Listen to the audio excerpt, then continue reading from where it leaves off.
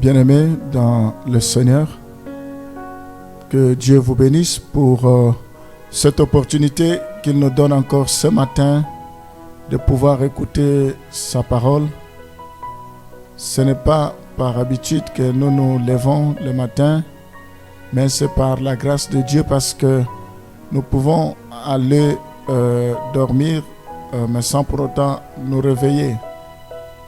C'est une grâce, nous devons en être reconnaissants et nous voulons bénir le Seigneur parce que nous savons que tout don parfait vient d'en haut, vient de lui auprès de qui il n'y a ni changement ni variation d'ombre. Nous allons lui rendre gloire pour cette matinée, pour cette journée. Prions. Nous te bénissons, nous te rendons gloire parce que tes bontés ne sont jamais à leur terme, mais tu les renouvelles chaque matin. Je te bénis pour ton amour infini. Tu as accepté de venir mourir sur la croix pour nous, pour que nous ayons la vie et cela en abondance. Je te bénis parce que c'est toi qui donnes du sens à notre vie. À chaque jour suffit sa peine. Merci pour cette belle journée qui a commencé. Je te recommande cette journée, qu'elle soit une journée d'allégresse, une journée de joie, que le bonheur et la grâce nous accompagnent. Seigneur, je te recommande ce programme, cette exhortation de tous les matins, que tu puisses nous visiter. Je demande une onction spéciale, une onction particulière. Je prie pour que tu puisses nous visiter, nous parler, que tu puisses nous fortifier ce matin. Nous voulons que tu puisses nous canaliser, nous orienter par ta parole. Sois béni, nous avons besoin de ton rhéma. Ce matin, la lettre tue, mais l'esprit vivifie. Merci Seigneur parce que nous avons soif de te connaître, nous avons soif de t'entendre. Nous sommes prêts, parle-nous. La foi vient de ce qu'on entend vient de la parole de Dieu. Merci Seigneur pour ta gloire au nom de Jésus. Nous voulons que tu croisses et que nous puissions diminuer. Nous t'avons ainsi prié. Amen. Ce matin, nous avons le plaisir de partager avec vous notre thème comme nous avons l'habitude de faire. Nous voulons parler sur la tentation dans la vie du croyant. La tentation dans la vie du croyant. Nous voyons que la tentation se présente pour les croyants lorsqu'ils se trouvent dans une situation où il entend simultanément deux appels. L'un qui le pousse à transgresser la volonté de Dieu, l'autre à faire ce qu'il sait être la volonté de Dieu. On n'est pas épargné de la tentation. Même Jésus, il a aussi été tenté. La tentation n'est pas un péché, mais c'est quand la tentation est consommée que cela devient péché. Alors la tentation, on est confronté à cela. On est tenté quand on est devant une situation. On a tendance d'entendre deux voix simultanément, deux appels. L'un qui nous pousse à transgresser la volonté de Dieu, et on a un deuxième appel, l'autre à faire ce que nous savons concernant la volonté de Dieu. La tentation est une mise à l'épreuve. C'est ce que nous allons voir. C'est un test du croyant.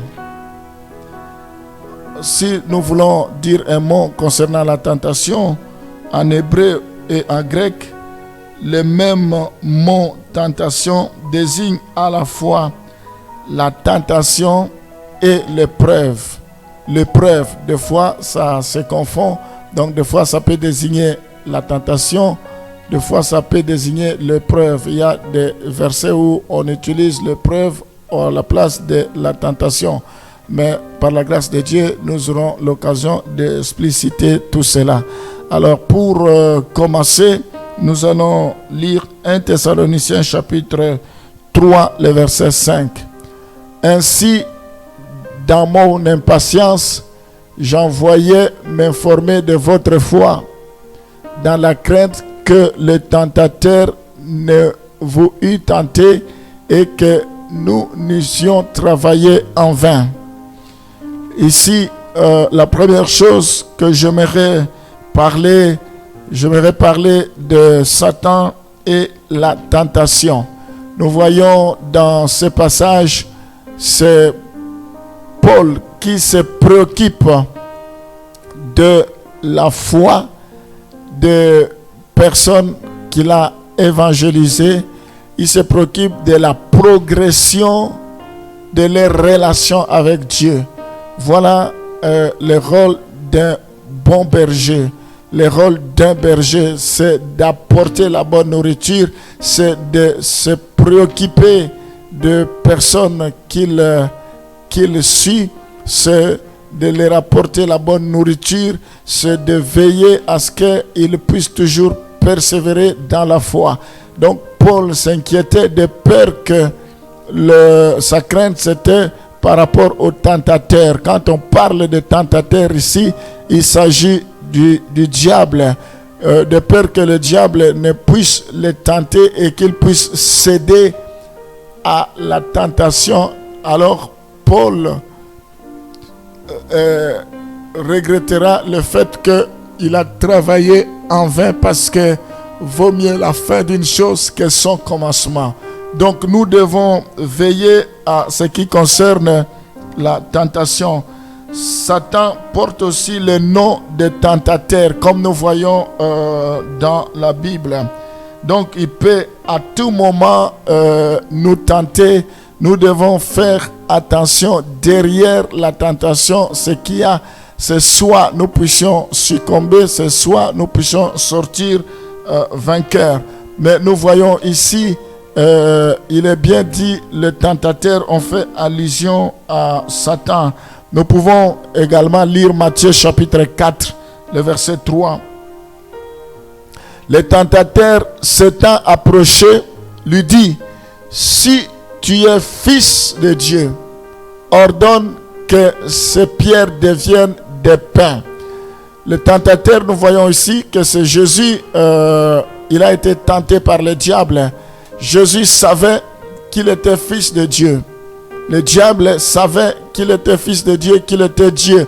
Mais il voulait semer la confusion pour dire: si tu es fils de Dieu. Nous voyons, il s'est présenté. Si le diable, le tentateur, a pu tenter Jésus, s'est présenté. Dieu merci, Jésus n'a pas péché. Jésus n'a jamais commis de péché. Alléluia. Donc, c'est pour dire que la tentation n'est pas un péché. Sinon, on pouvait dire que Jésus avait péché alors qu'il n'en est pas le cas, alors que ce n'est pas question ici de péché. Mais il a été tenté. Il dit: si tu es fils de Dieu, ordonne que ces pierres deviennent des pains. Nous voyons que Jésus n'a pas cédé à la tentation. Alors, nous voyons, selon ce texte, le but du tentateur est de détourner les croyants de Dieu. L'objectif du tentateur, le diable, le but, c'est de détourner les chrétiens de Dieu pour qu'ils ne cessent de faire confiance à Dieu, pour qu'ils cessent de croire à Dieu, pour qu'ils cessent de suivre le Seigneur ou de la voie de l'obéissance à Dieu. Donc le tentateur, son objectif, c'est que les chrétiens cessent d'obéir à Dieu et puissent obéir à lui, le tentateur. Oui, mes bien-aimés, nous devons savoir que toutes les fois que nous sommes tentés, ce que l'ennemi veut, c'est de nous détourner de Dieu, que nous cessons d'obéir à Dieu, que nous cessons de faire confiance à Dieu. Ici, il s'est trompé de personne. Il était en face du Créateur. Il était en face de Jésus. Et le diable n'est qu'une créature. Donc, il n'avait, quel que soit ce qu'il pouvait faire, il ne pouvait pas réussir devant le Créateur. Voilà pourquoi la suite de ce récit de l'histoire nous montre que Jésus n'a pas cédé et finalement il a fini par le repousser pour dire on ne peut pas tenter son Créateur, on ne peut pas demander à son Dieu d'exécuter des choses alors que derrière cela il y avait la tentation. Donc nous allons lire également Actes des Apôtres chapitre 5 le verset 3 pour voir comment le tentateur peut se présenter. Pierre lui dit: Ananias, pourquoi Satan a-t-il rempli ton cœur au point que tu mentes au Saint-Esprit et que tu aies retenu une partie du prix du champ? Ici, il s'agit de l'église primitive. Il y avait un couple, Ananias et Saphira. Dans l'église primitive, ils mettaient tout en commun et chacun était libre. On donnait à chacun selon les besoins, selon les demandes des uns tout comme des autres. Et ce couple avait un champ, ça leur appartenait. Ils ont vendu cela. Ils pouvaient faire de cet argent ce qu'ils voulaient comme bon leur semblait parce que c'était leur argent, leur propre argent. Mais c'est à ce moment-là, pendant qu'ils se posaient des questions, le tentateur est arrivé, le diable, pour leur tenter, pour ne pas donner la totalité de ce qu'ils avaient vendu, parce qu'ils venaient d'effectuer une opération de vendre un champ et il était question qu'ils aillent tout mettre aux pieds des apôtres. Mais c'est à ce moment-là que le diable est arrivé. Oui, le diable peut nous tenter par rapport à notre argent, de comment nous servons Dieu. Josué dit: moi et ma maison nous servirons l'Éternel. Nous devons servir Dieu avec notre argent. Nous devons servir Dieu avec tout ce que nous avons. Mais nous voyons ici Ananias et Saphira, ils ont menti. Ils ont cru que c'est l'homme qu'ils mentaient alors qu'ils étaient en train de mentir au Saint-Esprit. C'est Dieu qu'ils mentaient. C'est à Dieu qu'ils ont menti. Et nous connaissons la suite. Ils ont fini par mourir. Dieu les a frappés. Aujourd'hui, il y a des gens, ils ne meurent pas physiquement, mais spirituellement, ils sont déjà morts. Parce qu'ils ont trompé Dieu, ils continuent à tromper Dieu. La Bible dit: ce peuple, un homme trompe-t-il Dieu? Ce peuple me trompe par des dîmes, des offrandes, des libéralités. Nous devons faire attention parce que le tentateur sait que nos bénédictions sont liées à notre manière de donner, de servir Dieu avec nos biens, et il peut nous tromper de ne pas de donner des miettes, de donner en murmurant, de ne pas donner avec joie, de ne pas donner tel que nous avons résolu. Et ils ont cédé à la tentation, et là c'était un péché et cela leur a coûté cher. Nous devons demander à ce que le Seigneur puisse nous aider pour que nous puissions déceler les ruses du diable, pour que nous sachions faire face à la tentation et en sortir vainqueur. Seigneur, merci parce que ta parole est là pour nous révéler. Ta parole est là pour nous montrer le chemin à suivre. Merci parce que nous savons que le diable, c'est lui, notre tentateur. Il s'appelle le tentateur. Nous prions pour que toi, tu puisses nous donner la victoire. Nous prions, Seigneur, quelles que soient ces ruses, quelle que soit cette tentation, que tout ce que tu as fait sur la croix puisse s'accomplir dans nos vies. Tu as dit: ne craignez point car j'ai vaincu le monde. Nous prions, Seigneur, pour que le diable, avec cette tentation, il cherche à semer les doutes.